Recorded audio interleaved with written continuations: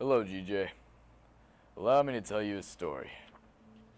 This story is about Mark Zuckerberg, a legendary being who basically made a better version of MySpace that a bunch of kids were like, all my parents are on MySpace, so I'm gonna hop on Facebook so they can't spy on me.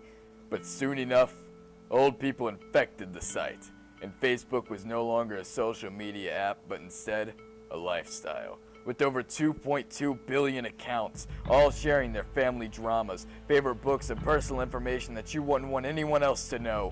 But hype dies, and Facebook went quiet with over 1 billion dead accounts. And that was it.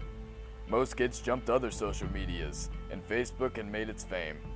You'd think after their long 12-year run, that had been enough. But Mark wasn't ready to pull the trigger yet, and Facebook Live was born. Attracting more than just friends and family, but stone-cold criminals, shedding a dark shadow on Facebook.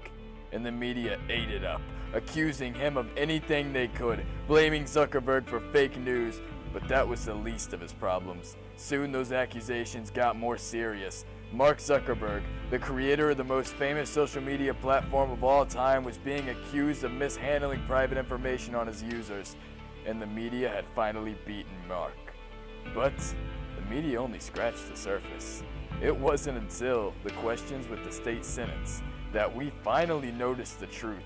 Mark was no man, and Facebook was no social media. Instead, Facebook is like a notepad for Mark to know personal information on everyone. But why does he need this information?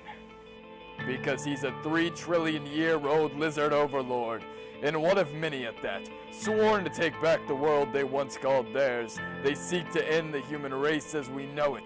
Arresting Mark would be like the crucifixion all over again. How can you turn your backs on the lizard lord? You fools must have forgotten that it was Mark who remembered your birthday. It was Mark who reminded you of your anniversary. The only thing Mark is guilty of is being a great lizard overlord. So join me on my quest to save Mark, and maybe our lives will be spared. That's it.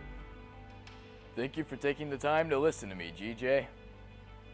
I'm Derek Winninger, also a lizard overlord, signing off. Humankind was not in charge of its destiny. It was the unwitting prisoner of a race of shape-shifting lizards who occupied the roles in the highest echelons of society.